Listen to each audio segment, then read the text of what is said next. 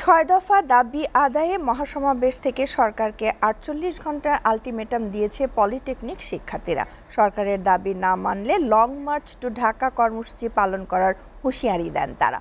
দুপুরে আগারগাঁও মহিলা পলিটেকনিকের সামনে পূর্ব ঘোষিত মহাসমাবেশে ক্লাস বর্জনের পাশাপাশি এই কর্মসূচির ঘোষণা করেন শিক্ষার্থীরা।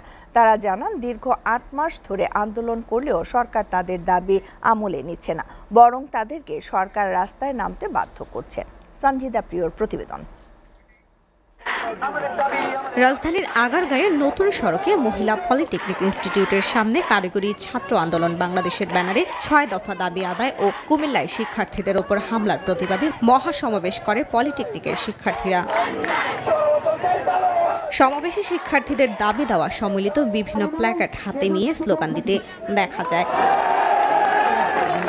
এ সময় স্লোগানে মুখরিত হয়ে ওঠে সমাবেশ এলাকা।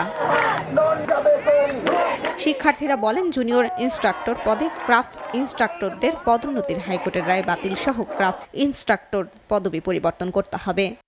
এখানে অযৌক্তিক কিছু নাই, এখানে সব যৌক্তিক জিনিস। আর এখানে আমরা আমাদের ভবিষ্যতের জন্যই চাইতেছি। তো আমাদের দাবি না মানা পর্যন্ত আমরা এই আন্দোলন চালিয়ে যাব, যতক্ষণ পর্যন্ত না আমাদের দাবি মানতেছে। 10ম গ্রেডটা শুধুমাত্র ডিপ্লোমা ইঞ্জিনিয়ারদের জন্যই ধার্য করা হোক। পাশাপাশি ৪৮ ঘন্টার মধ্যে দাবি মেনে না নেওয়া হলে কঠোর আন্দোলনের হুঁশিয়ারি দেন কেন্দ্রীয় নেতারা।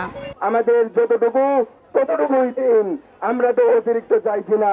৪৮ ঘন্টায় আলটিমেটাম দিলাম, ইনশাআল্লাহ ৪৮ ঘন্টার পর আমরা লং মার্চ টু ঢাকা পালন করব ইনশাআল্লাহ। আমাদের অধিকার আদায় করেই গড়ে ফিরব ইনশাআল্লাহ। সঞ্জিদা প্রিয়, এসএ টিভি, ঢাকা।